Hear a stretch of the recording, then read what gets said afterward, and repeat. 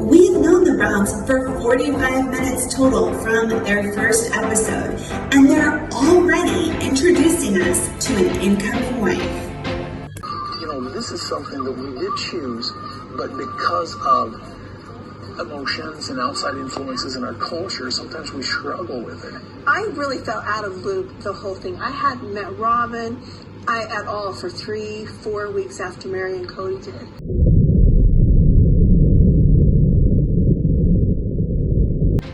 Alright friends, we're at Season 1, Episode 2. We've known the Browns for 45 minutes total, and they're already introducing us to another wife. Well, I don't want to make anybody uncomfortable. It's a little bit difficult for me. Awesome. Okay, in Episode 2, they are fast and furious to let us know that Robin is moving into the family. This is the lifestyle that we've chosen. The more the merrier. And this is where I have to question whether or not the production company that was making Sister Wives didn't have heart in pushing Cody and the wives to get Robin into the family and get her in quickly. First 5, 6, 7 years were a huge learning curve. I mean, we're still learning, learning how to deal with each other. But the first... Why'd you look at me when you said that? This is where I feel like that the TLC production company probably came to them from the beginning and was like, look, if you don't have a good storyline going, like you got another wife coming in, this show isn't going to go anywhere. So what can we do to make that happen? Right now I'm headed to see Robin for a weekend visit. She lives about 5 hours away. I'm sure that Cody would have gotten another wife anyway. I don't think they did it all solely for the cameras, but I do wonder if the whole thing was kind of like sped up, sped along, done in a certain way so that it could all be recorded for the first episodes of the show. So this episode centers around Cody leaving his real family behind. He has to travel several hours away up north to visit with Robin and spend time with her and her kids. Anytime you're leaving, kind of upsets everybody. You gonna be alright? Yeah. I always am. So I'm leaving Mary, I'm leaving Christine, and I'm leaving Janelle to go down to see Robin, and that leaves them kind of feeling a little bit sad. They never make it clear to me why it's important for them to have another wife come in anyway. I guess maybe it has something to do with their religion. That would make a lot more sense. Because otherwise, they don't have a ton of money lying around that they just want to take on another charity case to be able to help her and her children. They're not telling us that they have any specific need to bring another wife into this family. So it's a little difficult to understand why it's happening and why it's happening right now, especially because poor Christine is so heavily pregnant. The fact that I'm going to be away is the fact that I'm seeing somebody else. See you. You alright? Sure. Emotional, falling apart in many ways, and really needing Cody there to help her and be by her side. She lives far. She lives 5 hours away. And so I was told, there was a couple of times where I'm like, you really can't go. You can't leave me. And you can't leave your family. Here you are replacing your family with Robin and her kids. And it was hard. And call me crazy, but just seems like they're kind of like, maybe we don't need you to leave and go be with someone else right now. Now is not the time, Cody. Even Mary, who's been super into it in episode 1 and gets even more extremely into it as the episodes go on, she spends a lot of time crying in this episode, upset that Cody has to leave her and the rest of the family behind to travel up and visit Robin for a little while. There was definitely a connection with me and Robin. I just knew that she was a person that I could be friends with, and even more than that, have her in my family and have her love my daughter and all our kids. And she also talks about jealousy and how that's a real thing and it's hard for her. It just changes everything. Well, I don't want to make anybody uncomfortable. It's a little bit difficult for me. It's as much the fact that I'm going to be away as it is the fact that I'm seeing somebody else. Mary's or Janelle's or Christine's shoes. I know it would be hard. Guys, the craziest part about this episode is that basically the entire episode is the first three wives talking about how they're kind of shocked, kind of jealous, kind of worried, kind of unhappy when it comes to the idea of having Robin join the family. Out of loop, the whole thing. I hadn't met Robin at all for 3-4 weeks after Mary and Cody did. And so the whole Robin coming along was making me mad because I hadn't met her. And here Cody's going on and on and on about her. He prays about it. He gets a testimony that this doesn't seem like a collaborative effort to me to bring Robin in. you know, she is definitely someone that he wants in the family. Mary, same thing, hook, line, and sinker. She's done. And I'm panicking because I haven't met her. I don't know what she's like. Never even seen her before. And I thought it was horrible. I totally felt like I lost my best friend.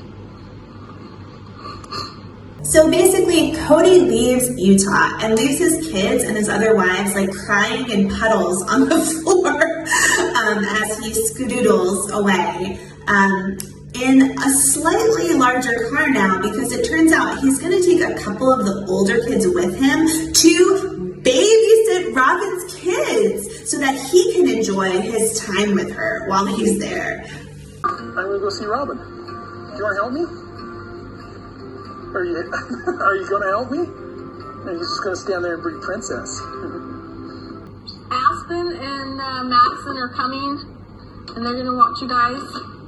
Wow, Cody, you were always being serviced in one way or another by everyone around you. Even the children had to be used as babysitters so that Cody could do what he wanted while he was visiting Robin. Hi. See you kids. Bye now.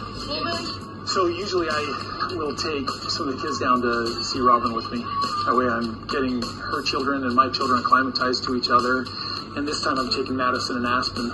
They're actually going to babysit a little bit because Robin and I... Okay, so Cody is driving up north with a bunch of these older kids, and it turns out that there's actual shit that needs to get done back in the Lehigh house. This is my 6th baby. We know she's a girl, and her name is going to be Truly. Mary's always been open to more wives. Always. There were times when she would talk to me about it, Cody should probably get married again and things like that. I'm like, no. He's not spending enough time with me. Are you kidding me? I don't see him having another wife. You're insane. Cody's gone, so Mary, Janelle, and heavily pregnant Christine have to move around furniture to set up a nursery for the new baby on their own. Of course, Dad wouldn't be there to help. Onesies, I definitely need onesies because she doesn't have a lot of those. Oh wow, go check it out. Oh my gosh. Oh. They also need to go shopping for baby clothes and extra things that Christine still needs. Dad is not involved and nowhere to be seen. Now things are unbalanced because of the traveling, but I think that will balance out. Cody's always been very careful with his time. He's careful to make sure that we all have our needs met. Meanwhile, on the interview couch, we hear from Mary, and she's basically like, let me tell you the story of how I met Robin and decided she was right for our family. Out one night, and we went over to a friend's house, and Robin happens to be this friend's cousin. Mary meets Robin first at some kind of supposedly a party she goes to with friends from their church. She's like a 3rd or 4th cousin of someone from someplace, sister, uncle, it's crazy in these families. So Robin's there, Mary spends some time with her, and they really click, according to Mary. And so that's where we first met Robin. Robin and I kind of clicked that night. And then later, I told Cody I had to go ask her to dance. And so he did, and, that was all she wrote, And so later, she reels her husband Cody in to meet Robin as well, and kind of pushes him down the road towards, hey, this could be the next girl for us, right? So her name is Robin, she's 30, and she grew up in the polygamous lifestyle. Less than 10 minutes into episode 2, we get to meet the amazingly innocent and sweet, wonderful 30-year-old Robin. I am a single divorced mother of 3. My oldest, who's 9, Dayton, he's an awesome kid. My second oldest is Aurora. She's 7 years old, and She says, look, I'm a divorcee, right? I've got 3 kids. I'm working my butt off. I'm doing the best I can. My kids and I are living an amazing life together. But when I heard that there was an amazing family who wanted to welcome us in, and that they were also starting a reality TV show, I just knew this was the right family for me to hitch my wagon to. I've been spending the last few years trying to create a safe environment for them, and I'm working to support them and to take care of them, and we have a blast together, the 4 of us. We're the 4 Musketeers, so it's great. It's awesome. Robin spends a lot of time innocently staring up into the camera and letting us know that there's nothing about her that wants to wreck or destroy any kind of family. She loves the other wives, and she only wants to be involved in this relationship because she loves the other wives so much. It's not about the man. It's about the family, y'all. If I were to put myself in Mary's or Janelle's or Christine's shoes, I know it would be hard. I thought I'd get you a ring. Seriously, this is awesome. Back in Lehigh, on the interview couch, Christine is also making this point. She's like, hey, when we take someone into our family, we're accepting Robin, we need to know that she cares about the family, not just the man. Ugh, poor Christine. Right now, Cody's courting Robin, and what that means is that our family's getting to know her family, possibility of another sister wife. So it's a pretty exciting time for us. Everything's kind of new. Cody finally makes it up north to visit with Robin. He runs into the house, scoops Aurora off her feet, plays with her, tickles her. She's laughing and having a great time. He's really settling himself in. He gets his older daughters to get down there and babysit those kids, and he and Robin head out to a Mexican restaurant. My daughter made it. She did? Yeah, Madison was making it. I says, I need that. Going back to Lehigh, we've got the wives sitting at some kind of indiscernible sort of restaurant and eating a bunch of cake. Sorry, I'm going with dessert first. Sometimes when a wife comes into a family, she only wants the man, and she doesn't see that he is who he is because of his family. They're talking about how great their lives are and how much they're gonna love having a new 4th wife, I guess. It seems kind of sad and pathetic, and I just keep looking at how pregnant Christine is. And this is one of my biggest issues with this season and this episode. I just really have to take a look at Robin and ask her, why would you want to and be willing to come into a family when you can clearly see that the latest wife is heavily pregnant with her husband's last child? It seems like that is the worst possible time for you to insert yourself into that family. And in between a marriage where someone like Christine being pregnant is going to need Cody. Truly has to go in my room because there's really honestly no other place to put her. Yeah, so I imagine the armoire's going to have to go on this side, right here. It's going to be a new adjustment. Yeah.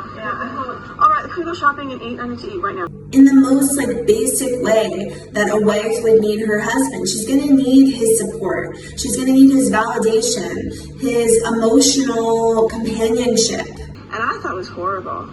I totally felt like I lost my best friend. Throughout the pregnancy, and then for quite a while after her child is born. To me, it's Robin, isn't this the worst possible time to infiltrate this family? And I think Robin's it would be, except they're starting a reality TV show, Katie. No self-respecting man would admit this stuff, but I kind of melted.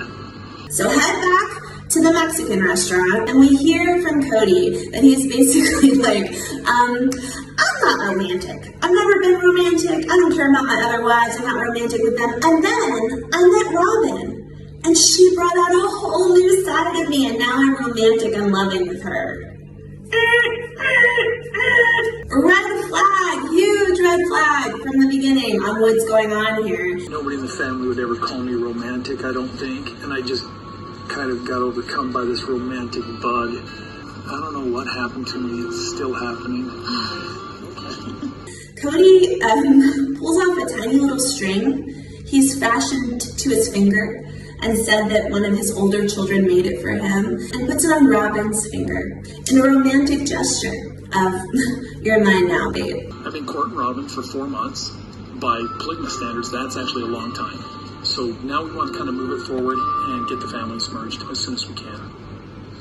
Robin, of course, acts like this is the shiniest, most expensive piece of jewelry she's ever received. She's grateful, ready, and willing to do whatever Cody needs her to do to get into that Lehigh house and be a part of this reality show. Okay, to end this episode, we have all of the original wives and Cody sitting on the couch in Lehigh giving an interview, and Janelle, once again, poor Janelle, she's the voice of reason from the beginning. We've heard from the other wives, like tears, sadness, they're having a hard time with Robin coming into the family, but Janelle is basically like, we've been here before. We've gone through it before. We'll get through it again, and it'll be fine. Oh, Janelle. We know what the outcome will be. We have a fabulous relationship. We know that when we get through this, we'll end up with even a bigger, cooler family going on. I'm in love. Janelle's whatever attitude is kind of cool in a lot of ways, and I think it's the reason she's been able to stay with Cody for such a long time through all the BS that he's given her. And she's also raised like so many amazing kids now, looking back, and like she was a good mom, and her kind of like just go with the flow attitude contributed to her children turning out to be, I think, very stable and loving kids overall. But when it comes to her own relationship, she got shit on so much by that guy, let's be honest. But TLC wants us to end on a note of, wow, this is gonna be good. Everything's gonna be fine. Let's join the next episode and see what happens when Christine finally gives birth and Cody rushes off to be with his brand new girlfriend. There's so much more to come in this season. I hope you'll join me again next time while we head down the rabbit hole on episode number 3.